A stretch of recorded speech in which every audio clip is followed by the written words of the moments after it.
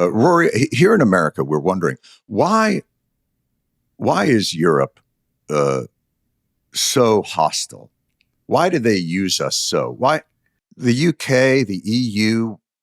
Why do they victimize America to such an extent where it's hurtful, Rory? It is, and you're right. And this is what JD Vance wants to know and all those wonderful signal chats. Why were we so mean to you? Why have we been bullying you for such a long time? Why, Rory? That's really the simple question. No, that's right. I mean, it's an amazing flip, isn't it? That JD Vance sometimes wakes up in the morning and thinks the United States is this incredible global superpower that's going to tell China what to do.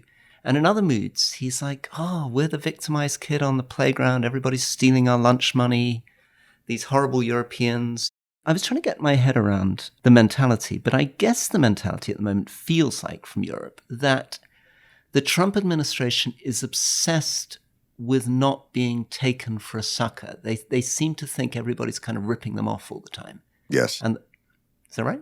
Oh, I don't think there's any question about that. And we have a very powerful man baby at the helm whose career, I think so much of this, what makes it so difficult is that a lot of the ramifications that are being felt economically throughout the world are the product of kind of a psychological wound that our present leader suffered as a real estate developer from Queens who did not feel that he was given enough fealty from the Manhattan real estate. And so because of that, this is all a search for validation, loyalty, and fealty. Unfortunately, it seems to be plunging the world into a global depression. And John, it's weird, isn't it? Because I noticed this, that we talk so much about his psychology. So, and of course, it's very difficult to work out his psychology. So you'll get people who know him well. They'll say one moment,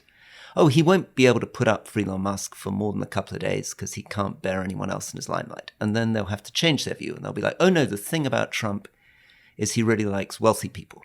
Or they'll say, he doesn't, the one thing he cares about is the stock market. And then when he tanks the stock market, everyone's like, no, he doesn't really care about the stock market. But what I think it's showing, if I was going to be pretentious for a second, please, is that the structure's falling down. You only start focusing on the psychology of the individual when the system isn't working. Because when you've got a properly functioning system, the civil servants are working, the courts are working, Congress is working. The details of the sort of mysterious psychology of the president is less important.